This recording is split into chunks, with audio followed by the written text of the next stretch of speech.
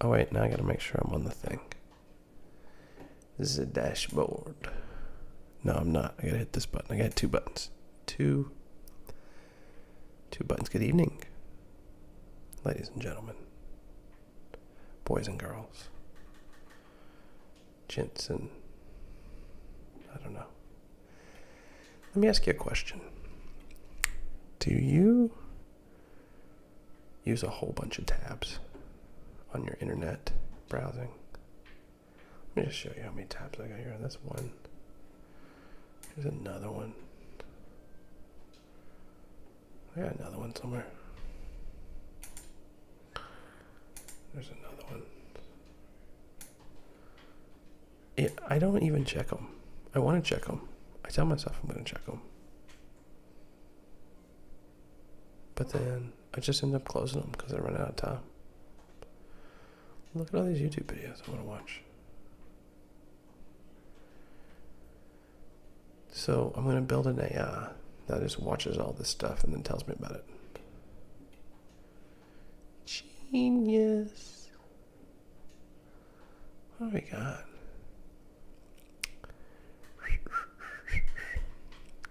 I do need to get an M.2 drive. So, I think I'm supposed to be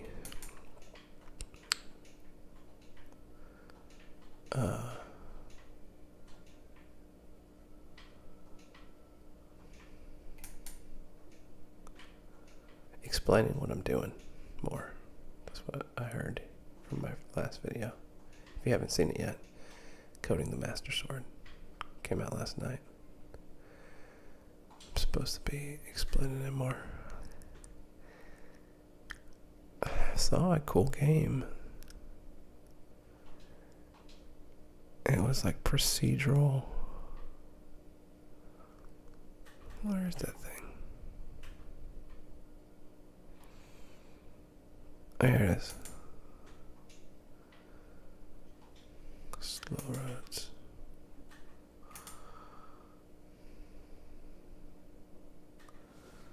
I mean, right? What else do you need? Oh. This is a cool game. Sorry about the sniffle still. Sorry. It's procedurally generated. So it's always different. You can change the weather.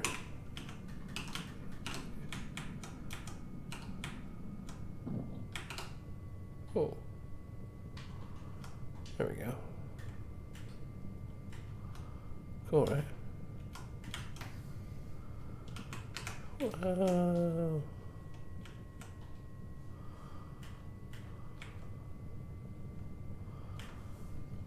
It's supposed to be relaxing.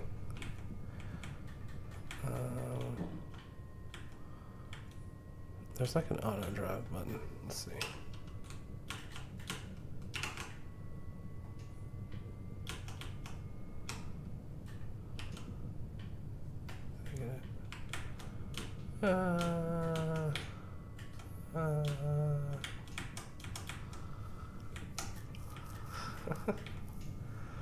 That's cool though.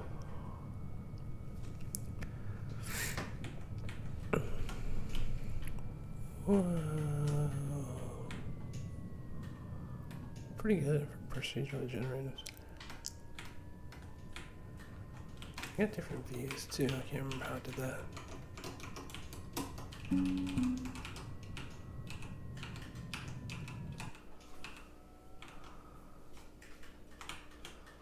Oh, where'd my car go?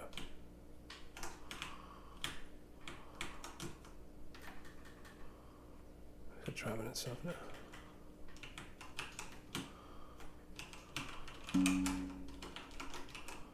Oh no, I broke it. What is going on?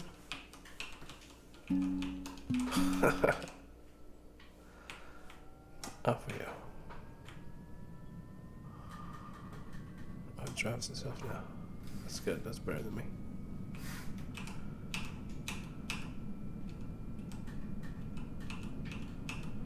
One more snow. See, this is relaxing.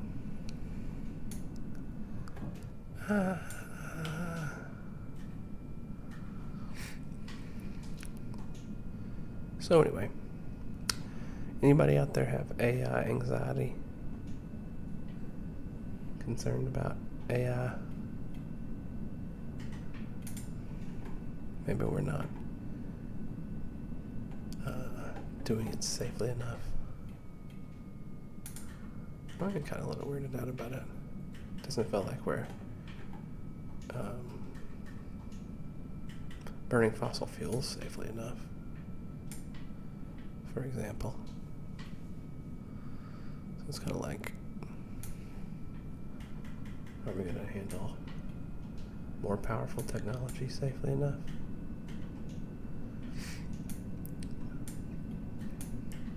I'm afraid it's like too sci-fi for people to think about. Are you talking to me? Nope, I'm live streaming. You want to hop on the stream? I'm talking to you now. No. I'm coding and I'm driving at the same time.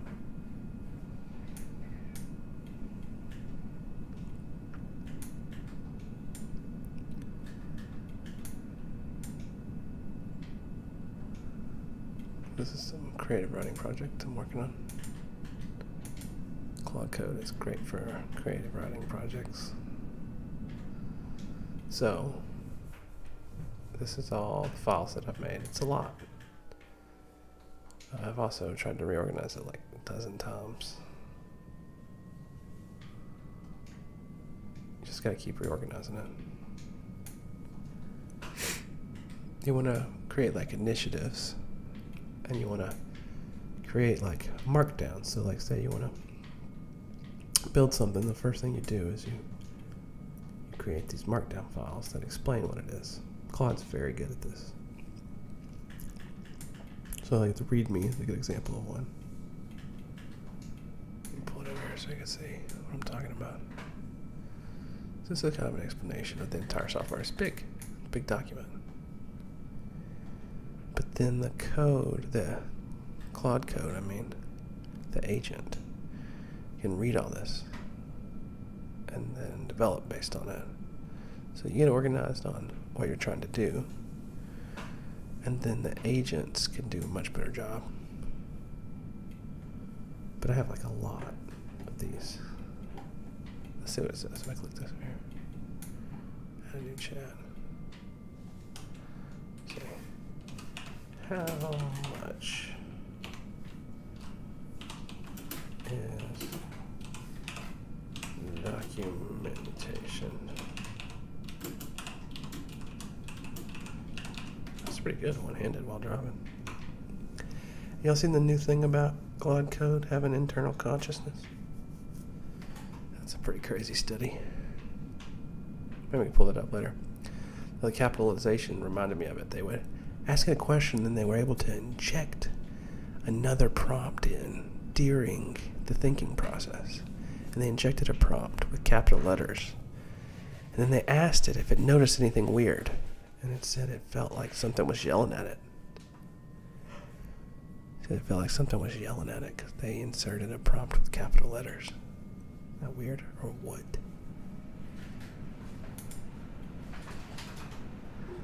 Probably better just act like it's normal. Are you done, man?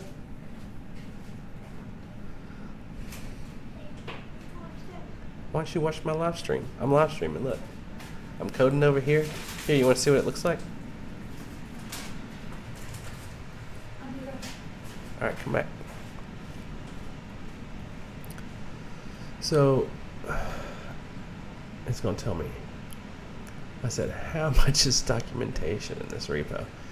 And you should really do a better job writing your prompts than that. It would be cool if it was smart enough to know when I'm misspelling things and all capitalizing things that it's not important, but it might think, oh, this is very important. He's capitalizing it, and typing quickly. And then it'll run and run and run and use more tokens than it needs to do. I mean, that's one of the main things about AI. It just doesn't know what's important. You have to tell it what's important. You can say, oh, it'd be cool if it remembered more stuff. But if it remembers more stuff, then have even a harder time knowing what's important in this stuff. It's like, that's the uniquely human element that we have right now, is that we can help it understand what's important. Oh man. Driving and coding, man, that's rough. Let's see, maybe change the weather here. Oops, I did something else.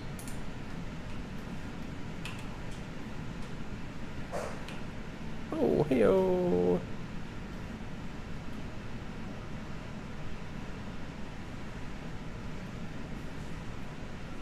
Daytime. Yeah, I like racing games. Look at that, coming up with racing games.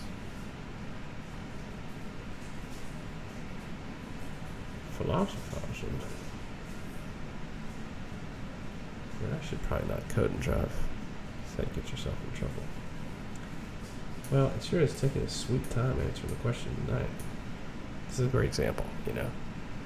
How many tokens is this using? So let me show you what that looks like. So you can open up your Claude desktop. It's late. Thanks for reminding me. And then you come in here and you go to your settings. Also, maybe a good idea to use Haiku instead of Sonnet most of the time, especially in Claude Code. Get usage, and it'll tell you how much you used. So I've got till the end of the week, you know, midnight on next Saturday. So I try to hit about 50% on Wednesday. But I should probably do a little bit more because I normally take Saturday off. Yeah, that's how I do it. I just kind of track my usage. And then, yeah.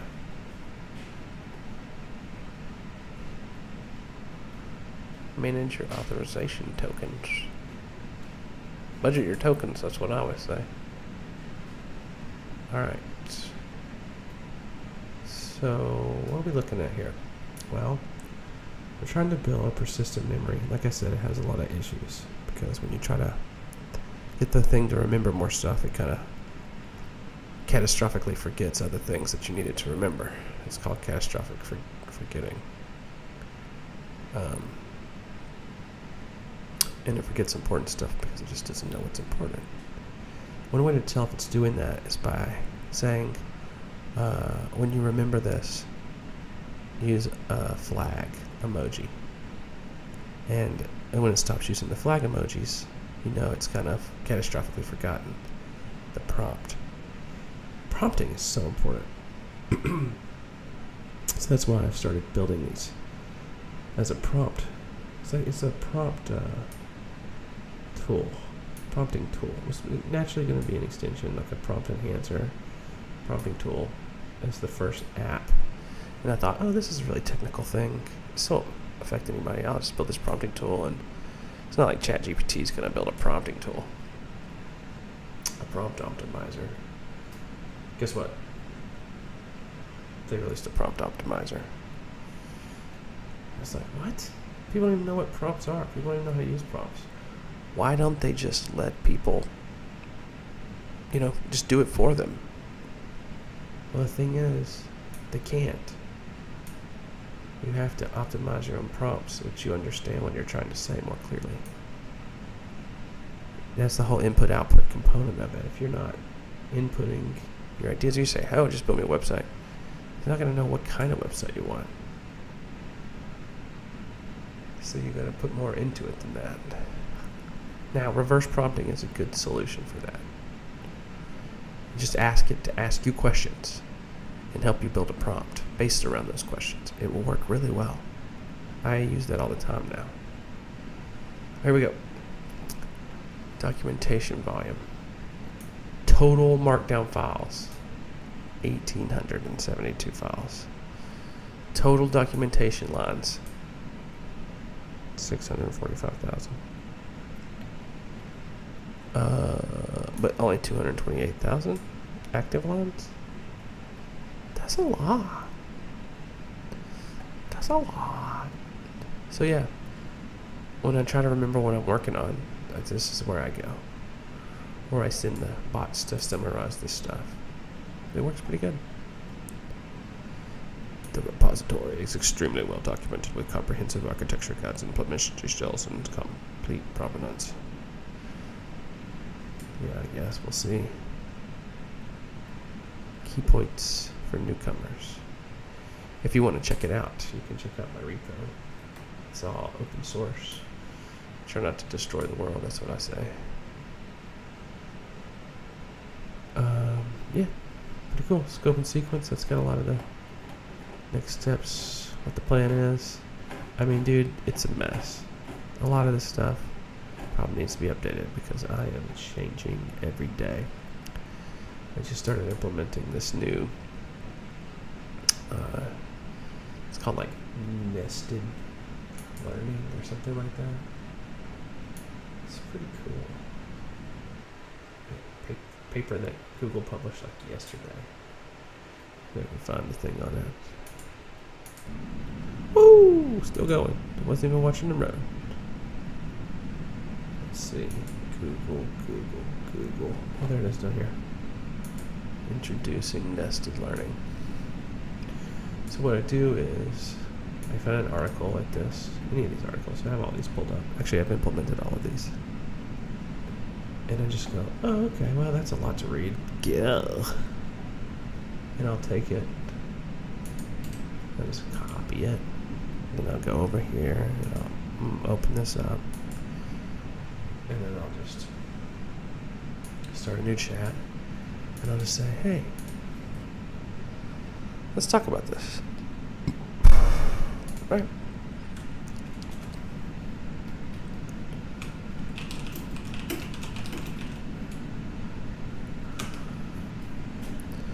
Let's talk about his. And I'll just stick it right there. Maybe I'll read a little bit. It says, allow the fetching of this URL. Yep, why not? And then you just send it. Send it, kid.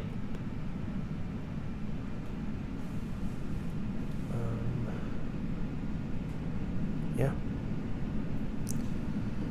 It's just like that. That's how you do it. Now it's reading the article. Now I could have said a lot more in the prompt. I mean, in fact, you should. This is not a great usage of tokens. Token budgeting is like the foundation of how you do this whole deal. And then if you want to build agents, how the agents token budget is even more complicated because they don't have an idea of what's important. This is why you can't just add a bunch of swarms of agents into a system and just let them build stuff. Because we don't know what they're going to build. They don't know. They don't know what's important. And so you just keep building and nobody knows where it's going. And then you open up your system and you're like, what the heck have y'all built? Oh, that's not good. But hopefully it's good. But maybe it's not good. And that's why you want to start thinking about safety. Fascinating. Nested learning is remarkably aligned with the HoloLoom's architecture. Well, that's because I've already implemented in the HoloLoom's architecture. HoloLoom already implements core nested learning. Oh, yeah, exactly. Multi-level learning with different update frequencies. We like that stuff. We were already doing this stuff. Google passed its paper out. I said, we just throw that in there too. Architectural unification.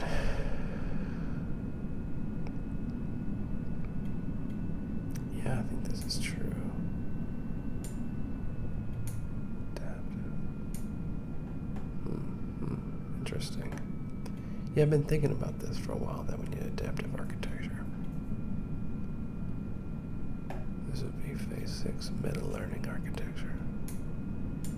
Scope and sequence document. I don't remember that. Just make that a table of contents, phase 6, the architecture of the weaving system. Where's the meta learning? Oh, future roadmaps. Can we control click that one? Or future roadmaps, phase 1, 2, 3, 4. Phase 7, oh, that's phase 6 right there. Phase 6, production deployment. Where's the meta learning deal? Meta learning architecture. Yeah, so there's some projects out there, like the Auto GPT project, and maybe like, what the heck? It's just sort of like a take the guardrails off and see what happens. I mean, this app, this is an amazing app, but it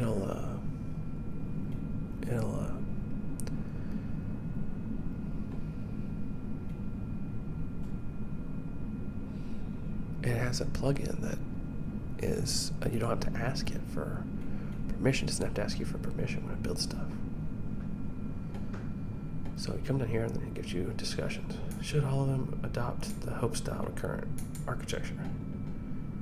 Pros better long-term, long context. Abandons the non-layer weaving metaphor. Requires major rewrite. I think maybe it should. So then you just copy and paste it in there. Piece by piece, you say. You just change it up, you say. The HoloLoom should adopt a Hope style recurrent meta architecture.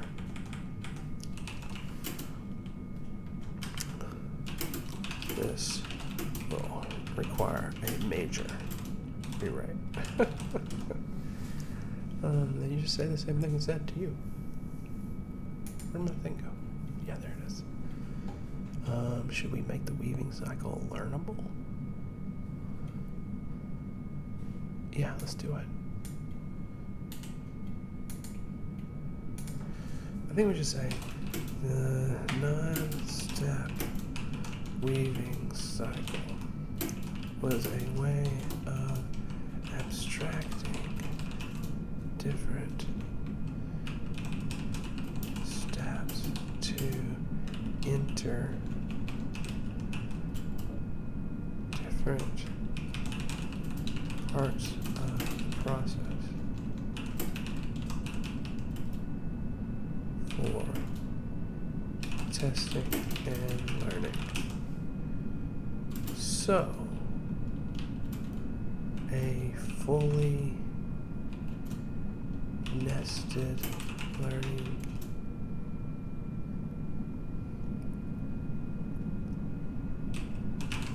learnable cycle is the next natural extension. Maybe it doesn't even require. Doesn't require abandoning original vision. Just modifying it. Now here's, well, we kind of created like a paradox here. Because here I'm saying this will require a major rewrite. Maybe I should say that. This will require significant rewrite, but doesn't require abandoning entire original vision.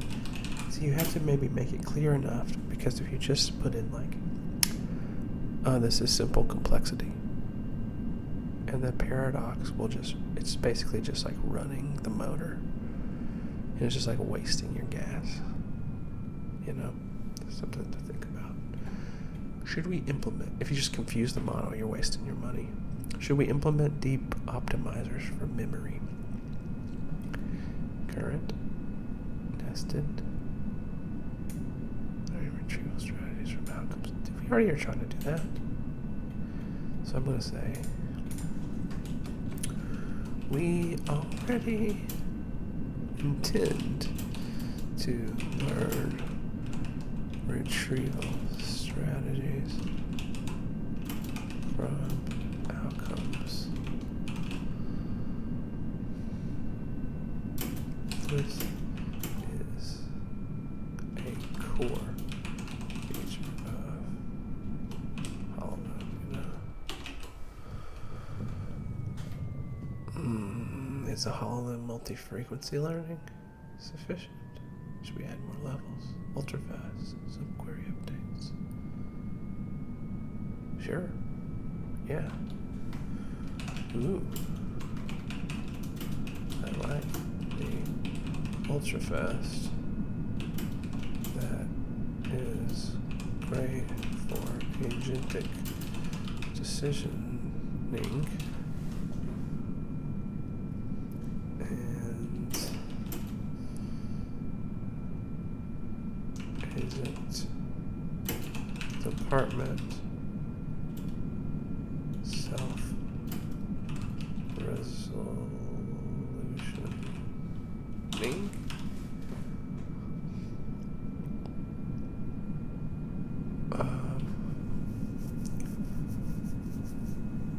Let's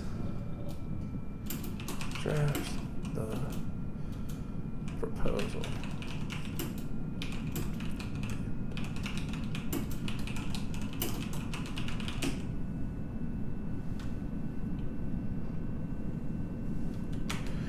And then it does it. Okay, then I need another one. So you just hit that little orange button. I'll give you another guy, but it puts it over on my other screen, so I gotta pull over here and get him. Now, very important for us to understand what comes next for the content packer.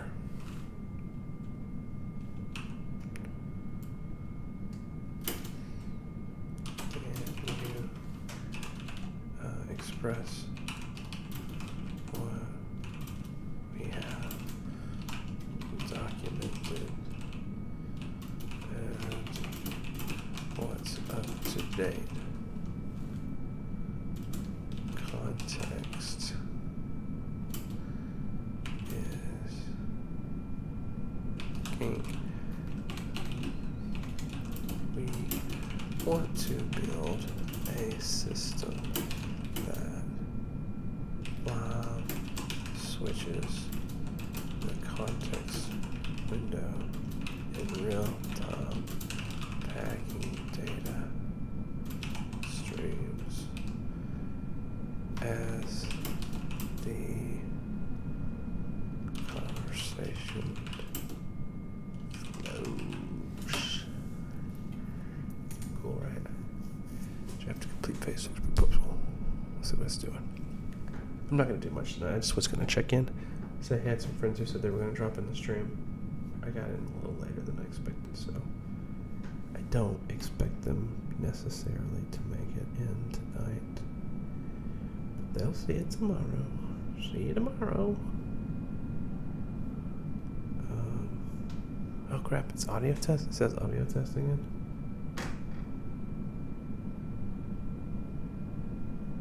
The stream looks pretty good.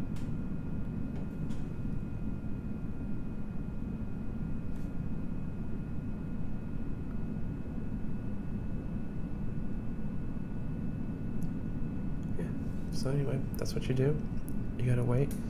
So sometimes while it's waiting, I kind of start up a few more chats.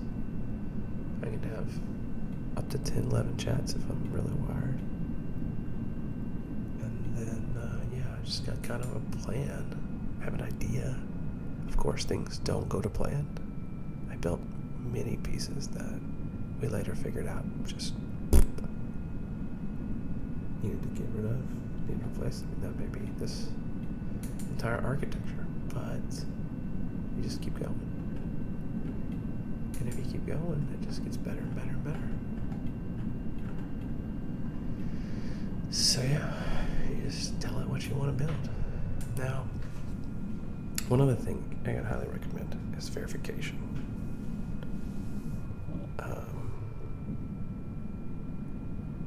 You want to verify. You want to tell it what you want to verify, and you want to tell it to verify, and then you want to verify it. But basically, if you just say, "Are you sure about that?" It'll just say, "Oh no, I totally made that up." And if you didn't say that, it would be committing lines into your repo that are just totally made up and crap. So that happens. Don't think it doesn't happen.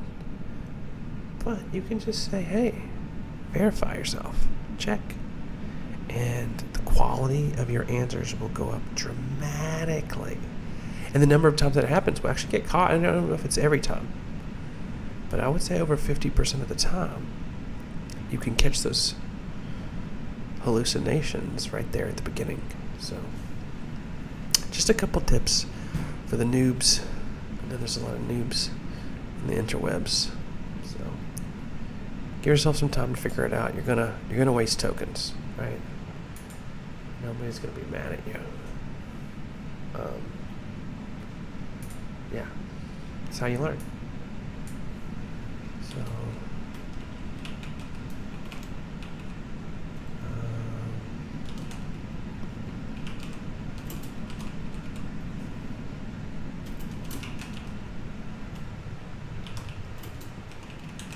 yeah.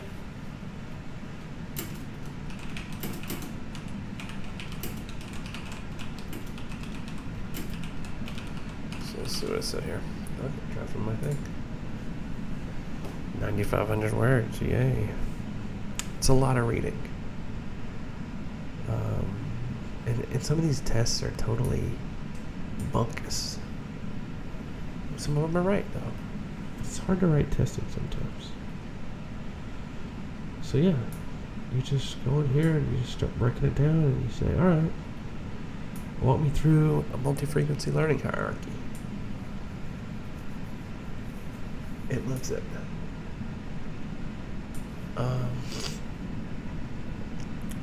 We gotta do sub-agents. Learnable weaving cycle. We already had this. We had this a while ago.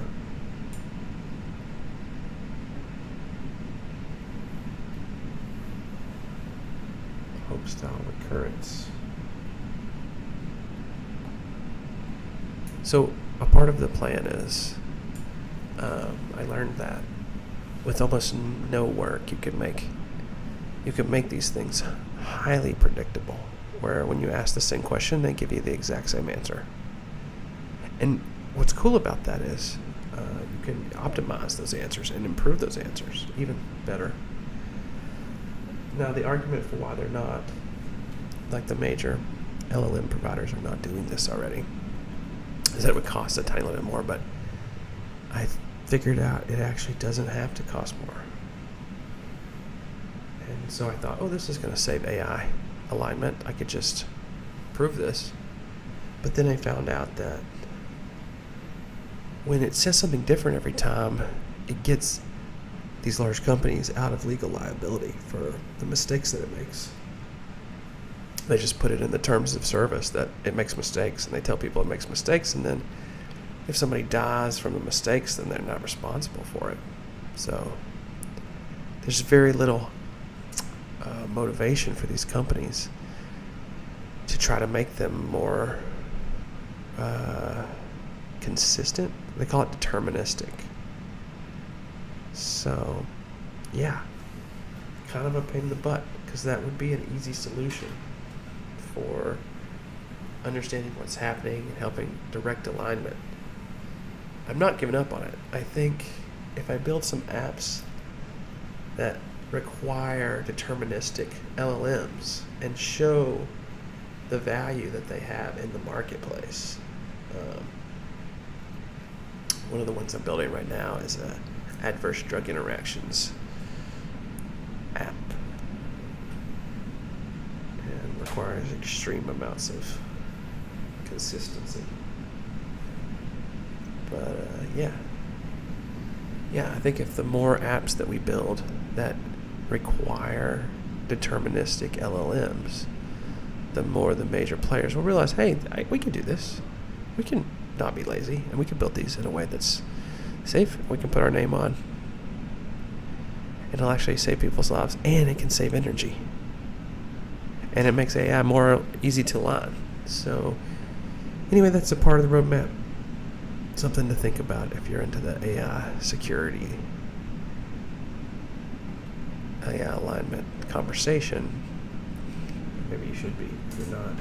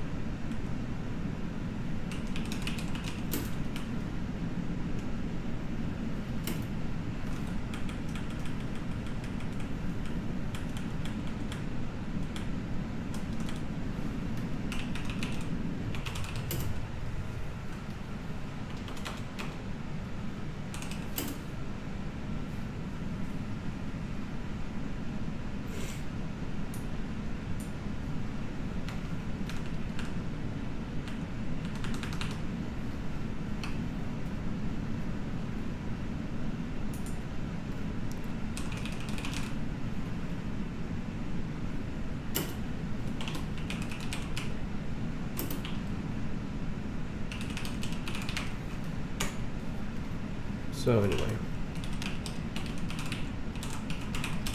I don't know what I'm talking about.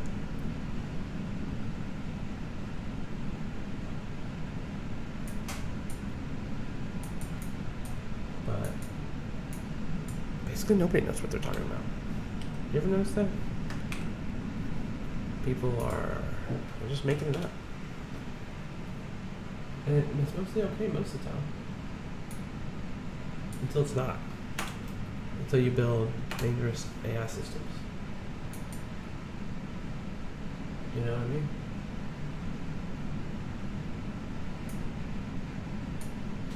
So, anyway. Let me know what your questions are. Oh yeah, one more thing I've noticed everybody's saying, just let me know these days, because ChatGPT says it all the time. Stop saying just let me know. Get ChatGPT to stop saying just let me know. Tell your ChatGPT, screw you when it asks you to just let me know. Say, I don't want answers that require more engagement. I want answers that get me off of my phone and get me back to work.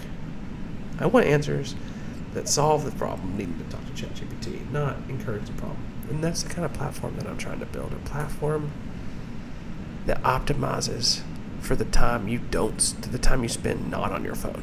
Imagine if it was a constantly recursive learning situation where it was improving the amount of time that you have not working.